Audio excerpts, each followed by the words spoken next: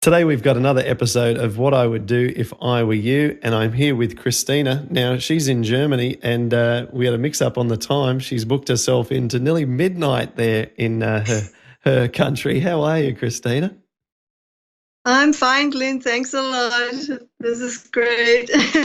Nice to meet you. Yeah, you too. You too. So we can move straight into your story. I know it's late there. Tell us what have you been going through over the last few years? When were you diagnosed, and what's been the challenges? Well, I was diagnosed in August 2015. That's when it all started. And the trigger was I went to the gym and I did some exercises that day. And the next day, my wrists and my hands were all infected. I couldn't bend my fingers and my elbows hurt. And first I thought it comes from exercising. Hmm. And I went to see the doctor. My own practitioner was on holiday, so I've seen a replacement, and he did a blood test, and my markers were high on the infection markers. What do you call them? C-reactive protein. Yeah, Yep. CRP markers were high, and he gave me we call it doxycycline. Yeah, doxycycline. That's exactly what my rheumatologist wanted to put me on. In fact, did put me on during early stages of my treatment. Now, listeners know my story about this already, but that's the exact drug that I took for 5 years as a teenager, and I believe contributed to the biggest part of my gut downfall. So did they want to put you on the doxycycline straight away once you got diagnosed? I got mixed up. It wasn't called doxycycline because that's a penicillin or some kind of antibiotic. I took that a few weeks later when they tested my blood again. They found some Borrelia, so we thought I had Lyme disease at first. So I took that and ibuprofen. And of course, all that didn't help. And when my doctor came back from holidays, he did another blood test, and we found some Borrelia. So we thought I had Lyme disease. So I went on the doxycycline for 3 weeks, and it did not help with the pain, and it got worse. I started getting pain in my knee. My left knee was all swelling up, and then he said, "Well, we're going to try some." Prednisone. Oh, yeah. So that's what I took. I started with 20 milligrams, and it got better. The swelling went down, but I was never pain-free. I was never pain-free. It got even worse. They gave me some painkiller called Tilidine, which is an opioid that they prescribe in Germany and Switzerland a lot. It's for pain, major pain, I guess. And I took that. It makes you really drowsy and dizzy. So he told me to take it 3 times a day, but then I couldn't do nothing anymore. Right. Okay, so you're on the worst possible combo of drugs. You're actually on the 3 drugs that I have in my free auto email sequence training that explains the 3 drugs that are most detrimental to the gut: antibiotics, non-steroidal anti-inflammatories, and prednisone. So these are the 3 drugs that work most against gut healing. So you were on all 3 of them. So no wonder you weren't doing too good. And I told him that some of the antibiotics don't even work with me anymore because I had so much of them during the course of my life. When I was little, I used to get tonsillitis all the time, and it got treated with antibiotics or penicillin. And later on in my 20s, I started to get sinus infections a lot. So all the way up into my 30s, I was constantly taking antibiotics. There you go. And I would get yeast infections from it and bladder infections, and I always had trouble with my stomachs also. And then later on, I started to get, I couldn't bend my toes, but it always went away again, or I would get a swollen up finger and my knuckle would swell up, but it would go away again, so I didn't think about it. I didn't think it would be rheumatoid arthritis. I never heard of it before. Later, now I can make the connection, Now I can make the connection. I would get rashes on my elbows, on both elbows and on my shoulders, and I noticed that certain foods would cause allergies, and when I would leave foods that contain gluten out of my meal plan, the rashes would go away and things like that. I'm putting one puzzle piece next to another. But in December 2015, I still didn't have an appointment for the rheumatologist. I had to wait 2 months to get an appointment, which is common, I guess. That's normal around the world. Yeah, I went to see him in January 2016, and my CPR was 36 then, and he told me I would have to take methotrexate. So he said it was a very severe case, and we have to deal with that with the severe medicine or whatever. He said I had to take that, and at one point in December I was up to 60 milligrams prednisone. And 60. That's I think that's close to the record. I think I know of another person who was doing 60 milligrams a day, but I mean that's not going to do you many. Yeah, that's ridiculous. I don't know if you can see this. This is what my hand looked like in January. Wow. I could not bend my fingers or open them. It take me 2 hours to get dressed in the morning, me and my little son. I could not walk up the stairs. This was my knee. Yep. Wow. Yep. Yeah. Brings back memories. All blown up my left knee. And I, at some point, I could not even bend my knees to sit on the toilet in the morning or open my jaws. I would have it everywhere. I could not open my mouth to bite off a piece of banana. I use pliers to open up the bottle. Yeah. Any bottle. And so I'm still on 10 milligrams of prednisone right now. Okay. And tilidine. I couldn't take the methotrexate because I would get a real bad cough. I didn't have any other side effects, but I didn't have any benefit from it either. I would just get such a bad cough from it that I couldn't sleep at night, and they had to take me off of it. And that's when I really started getting into looking up what I can do alternatively, how I can change my diet. And I was already on my way to a vegan diet, but I was always, cheating here and then. But of course, then I met all these people, Dr. McDougall on YouTube. I got his book, The High Carb, we call it the High Carb Diet here. It's called The Starch Solution in the States.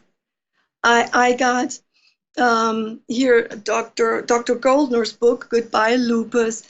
I got Dr. Goldhammer, Dr. Lyle's book. Good. The Health Promoting Cookbook and so on. And my markers are down to 19 now. But I'm still not better. So just for before and after kind of stats, you said that originally your C-reactive protein in January, when the doctor said we need to treat you aggressively, was around 35 milligrams per 36. 36, yeah. And then now you're down around 19. 19.1. Okay. Mhm. And then when you saw the doctor, okay, so we're talking about that. That was now, we're in December, so it's been nearly 12 months since you saw the doctor. Okay. All right. And so how can I help Right. today? How can I make the best use of the next little bit of time? Yeah, you see, my problem is I live in a household with three sons that live on the standard Western diet. Mm-hmm. And I have all these foods around me, bad foods, and I keep stepping into this pleasure trap. Dr. Lyle calls it the pleasure trap. And I tell you, Clint, I don't have just one trap. My house is mined, and I am fighting this war against all these traps, and I have to cook these foods, and it's really hard for me just to not to take a bite here and there and think, oh well, this little bite can't hurt, or and then I remember Dr. Clapper said once, your body never ever doesn't look, you know. If you take the bite, it's in there, and you're going to take the consequences from it. Body. Yeah, that's right. It's not like it can go. Yeah, It's it's not not like going it to can't just go go, through the oh, I system. didn't see that one coming, you know. Okay, so so let me just get your instructions for me correct. You want to know a little bit more how to avoid eating the wrong foods, so that you can stay on track in a household where you do the food prep for 3 other men, and all of them eat in a way that isn't what I believe is the right way. Okay. right. Is there anything else? Because I can tend to get on a bit of a rant once I start. So do you want to give me another requirement here? I've also been back and forth with the what should I do? Should I follow your program? Should I follow Dr. McDougall's program? He has more of the elimination diet where everything is cooked with the rice, and even the fruits are cooked. And then I have the 80-10-10 all raw food book here, so I'm kind of confused because I keep slipping back and forth. Okay, good. These are good questions. Yeah, it's like it's just this little voice inside of my head telling me after 2 days of doing this, maybe I should try this, or maybe I should try that. And I can't just stick to one thing. And with all the bad foods around me, it's even worse. I'm trying to compensate for it, I guess. You're doing Instead great. Look, first of all, you're doing absolutely wonderful. If you're surrounded by other foods, it makes it so much more difficult to make progress. But just before we get into all that, let me just say that what you've done up against it with some of those photos that you showed me, your knee looked like mine did at some of the worst days I ever had. Your hand looked worse than my hand ever looked. And, even with the hand that both hands, my fingers, wrists, and all that stuff was just so uncomfortable and so horrible. It couldn't create, So look, I forgot to mention that I've lost over 70 pounds. All right. In the last 2 years. Okay. Changing my diet.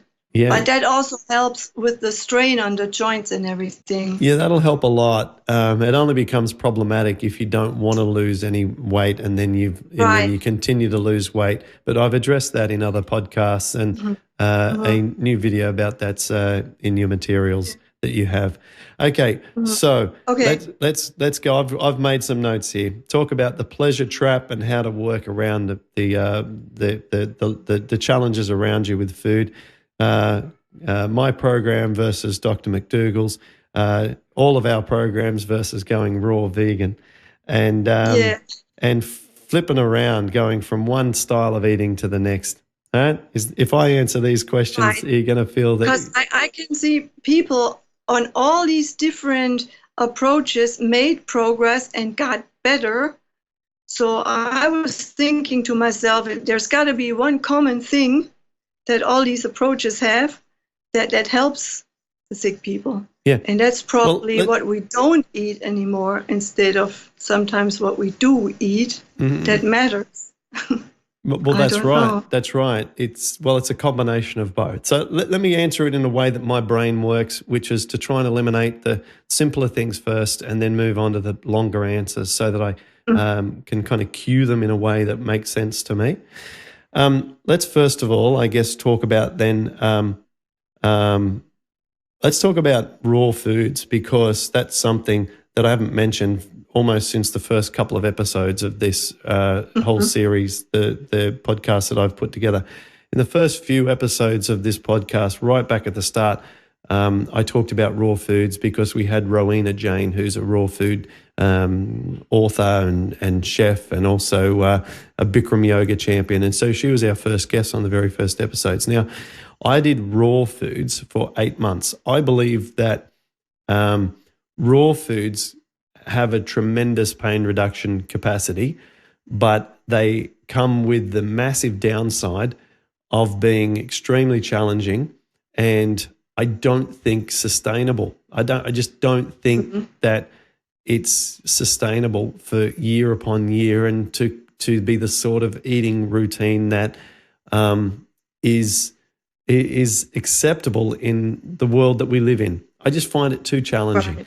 So it was necessary for me because I couldn't eat any cooked food at all. So I couldn't find a platform of foods that would enable me to have low enough pain that I felt that I was improving even on the medications that I was on. So that's on maximum dose methotrexate. So I think that that introducing more raw foods and potentially going completely raw for a period of time is something that people can consider in utter desperation if they can't increase their medications because their medications are just too toxic for their body and they're rejecting them. They haven't got other medication alternatives. They've been following the Paddison program for a while and their gut is just so messed up. They can't handle even the most basic of the cooked foods. In that scenario, and there's another if they have not a chronic underweight condition, then potentially look at raw foods. I mean, I consider going completely raw vegan to be one of the last dietary measures that one could take. It's the most challenging. All right? And there's so many other things. Like, put it this way. If I had at my fingertips every single option, like at some point in the future, we're going to have a health retreat where people can come and they can sample all of the ways to reduce pain right in front of them, and it's going to be unbelievable, all right? But until that day occurs, and if someone has around them an option of doing Bikram yoga every day rather than going from Paddison or McDougall into raw, I would suggest that. Like, I would suggest go do Bikram every day, and you won't need to go fully raw. For 8 months, I was fully raw and Bikram every day. Wow. I mean, you got to. Yeah, I had to go to the utmost extent of humanity to try and get my pain under control. I mean, this was. Yeah, I mean, it's easy to forget now because it's been years since I was in that situation, just how bad I had it. I mean, it was intense. So that's my comments. That's my comments on raw. All right. Now, with regards to McDougall versus my program, off the top of my head, I can't remember, but there are around about 9 differences just in the two elimination processes itself. So.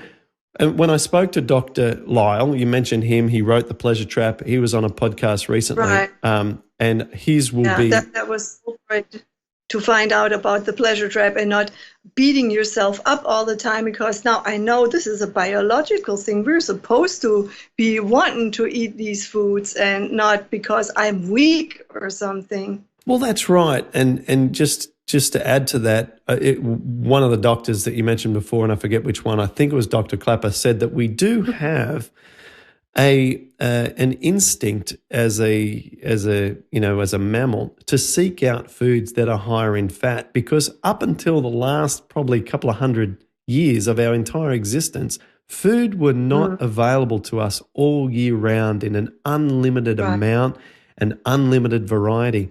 And so as an evolving species, for the 99.999% of our previous history, we would have been prioritizing foods that were higher in fat because of their more calorie density. And we knew that if we could find some high fat foods, that we were therefore going to sustain our energy for longer.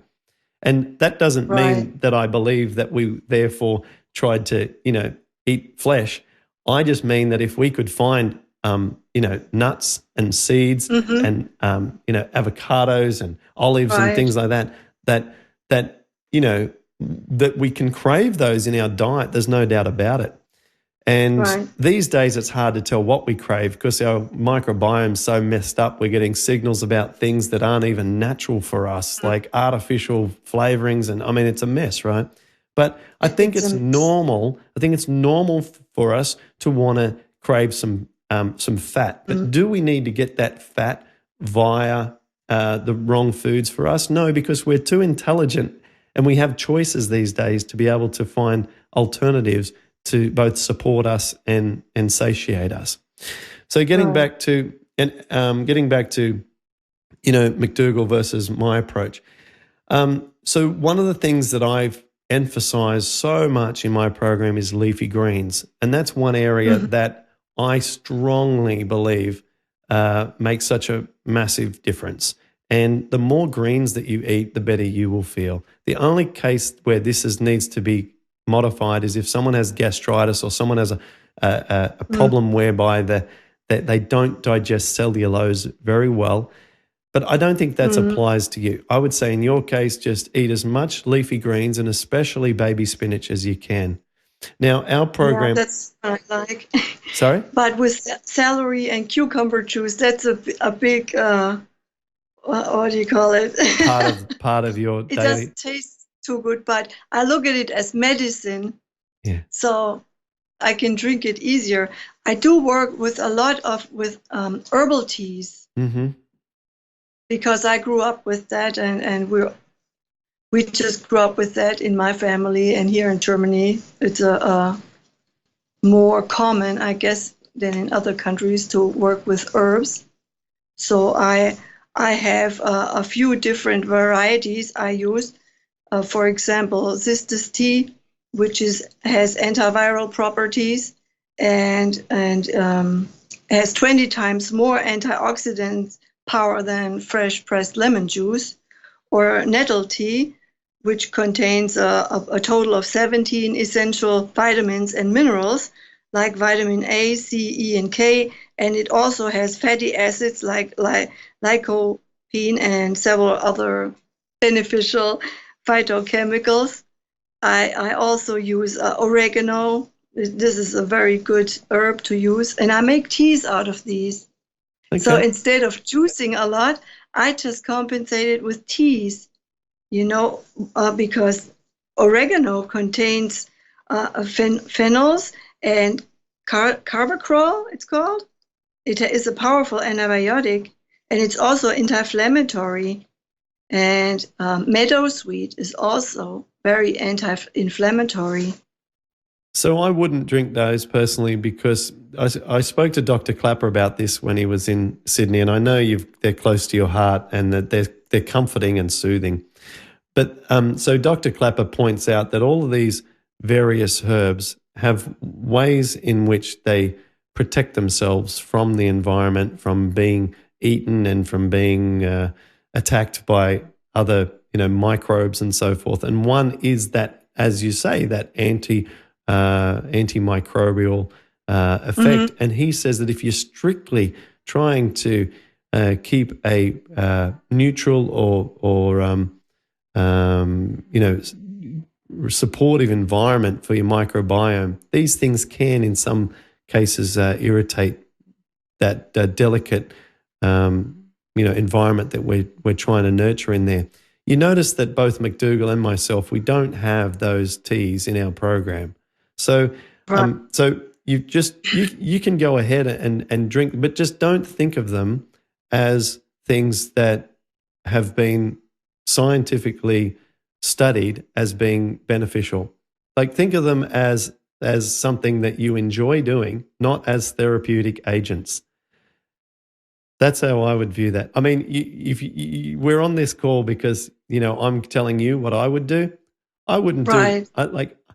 I personally, I wouldn't do the teas. I would increase my green intake. I would focus on increasing potassium. I would stick to one thing and eat it every day for several days so that you see a predictability in your pain levels, so that you can monitor how things are going and you get some consistency. You want to get into the healing groove, right? That means that each day you feel the same or a tiny bit better than the day before.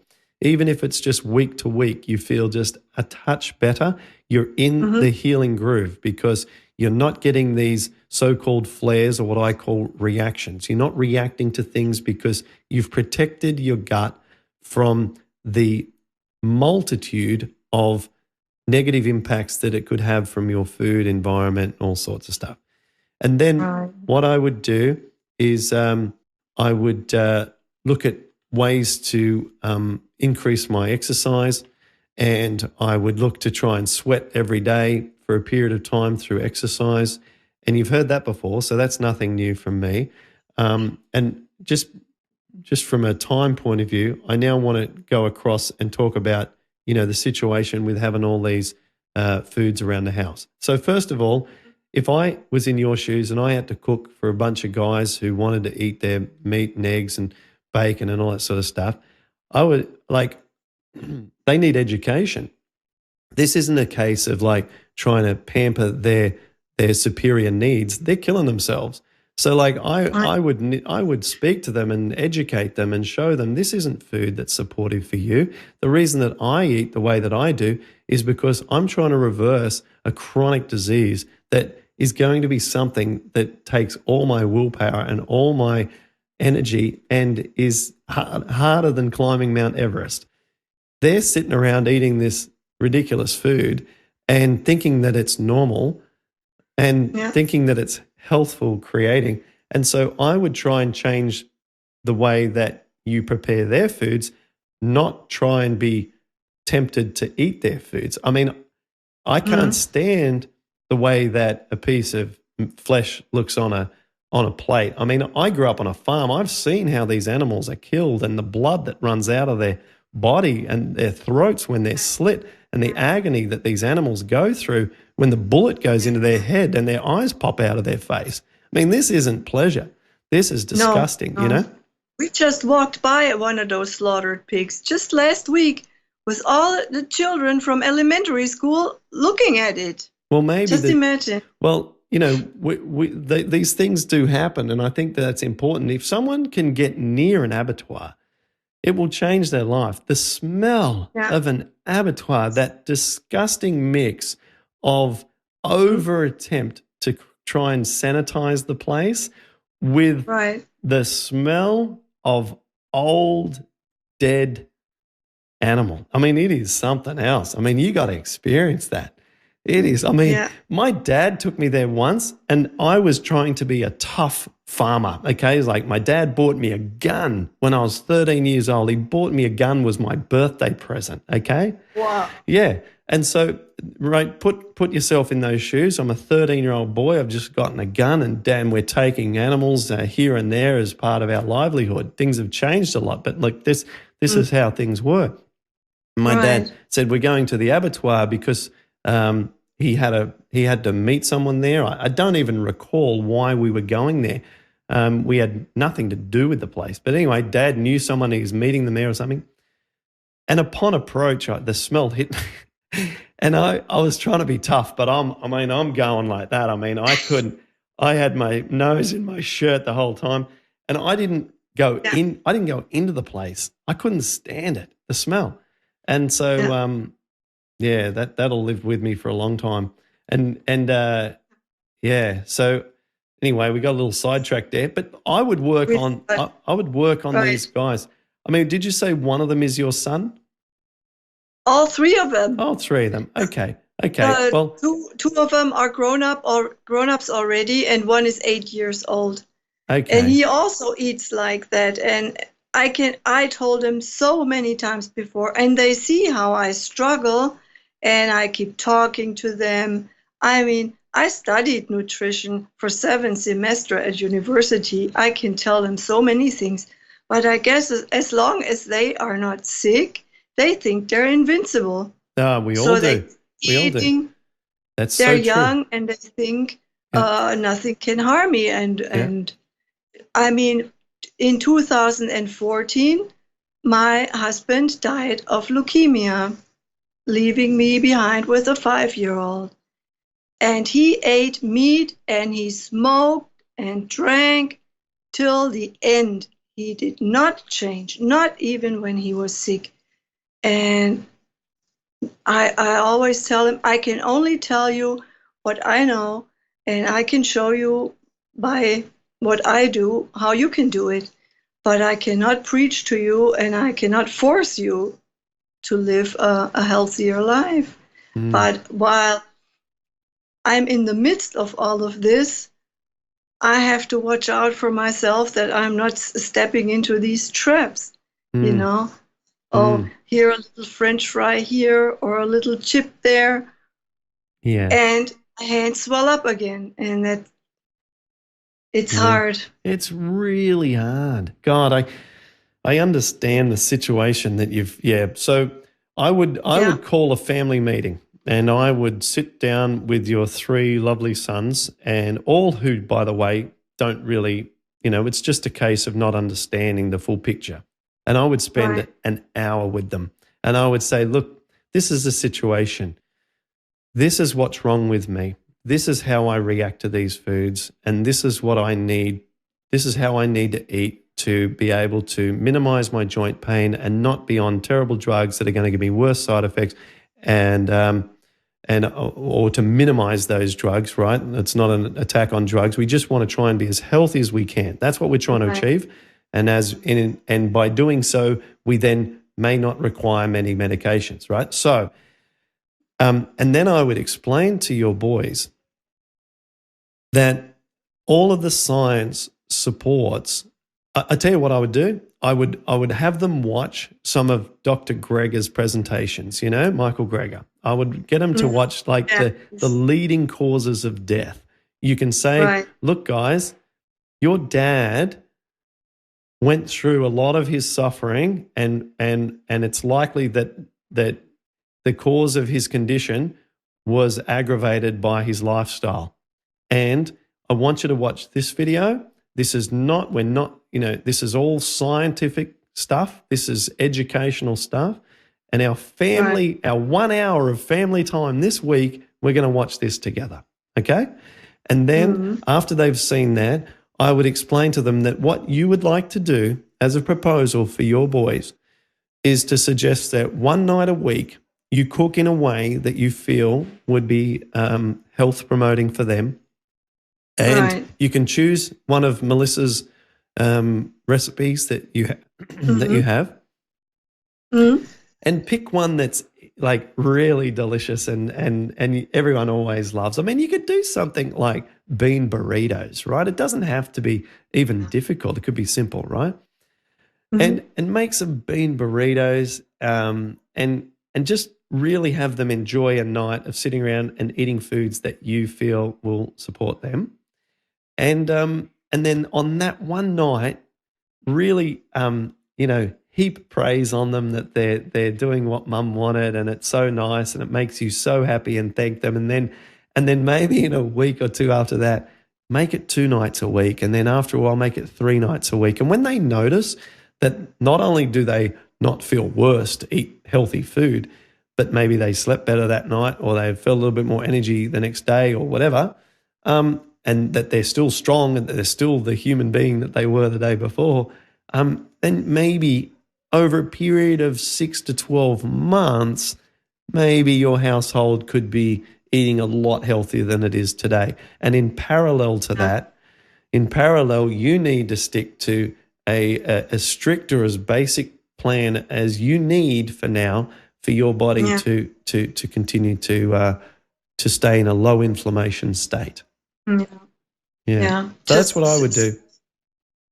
simple start with repetition of the same simple foods, and then graduate from there up.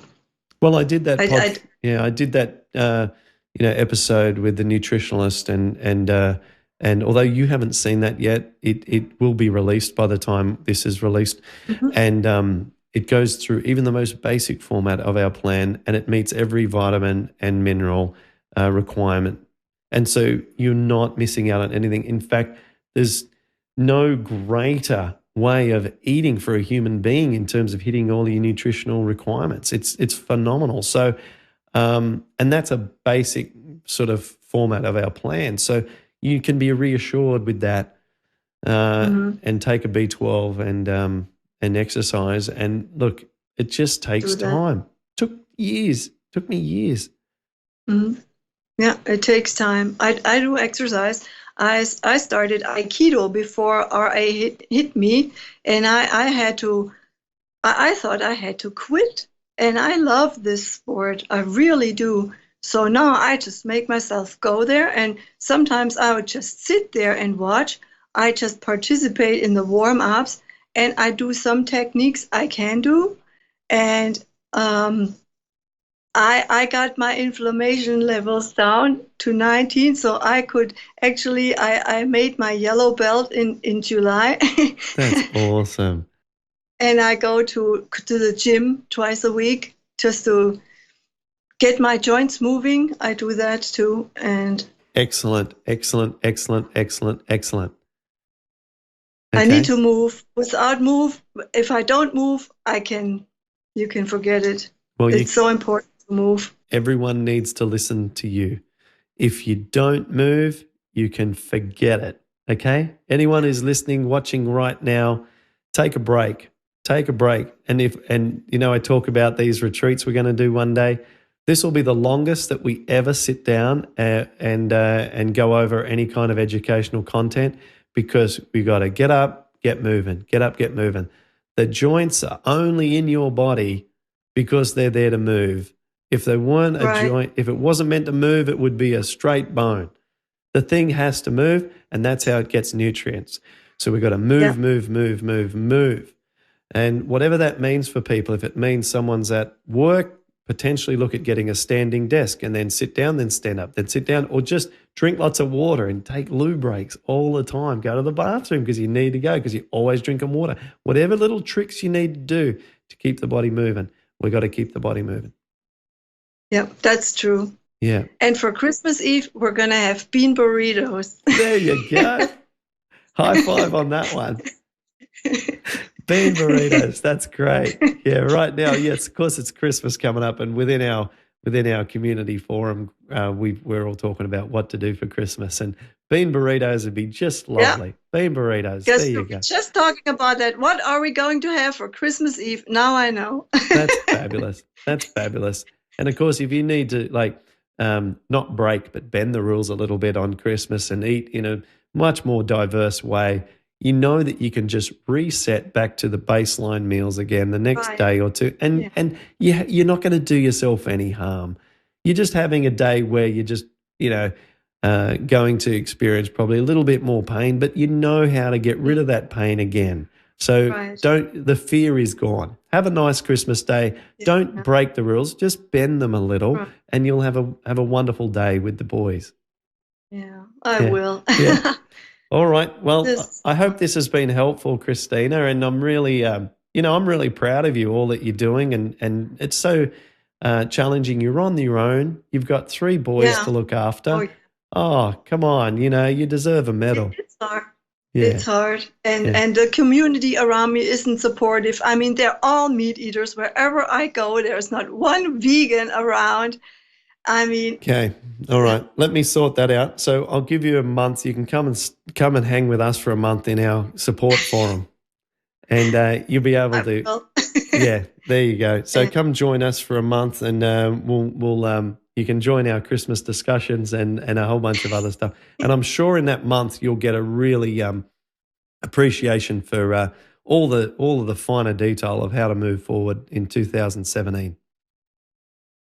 Cool. Okay, we'll set that up for you. Thanks so much, Christina, and Yeah, I really Thank hope you have you, Clint. you better get to bed, right? It's midnight. Oh yeah, it's 12:31 All right. All in the right. morning. Okay. Well, I'm getting up in about 5 hours. all right. Well, let's wrap it up But so you can get a little sleep. it was a pleasure to talk to you. Oh, thank you. Goodbye. Thank you. Goodbye, Bye-bye. Clint. Take Bye-bye. care. You too. Bye-bye.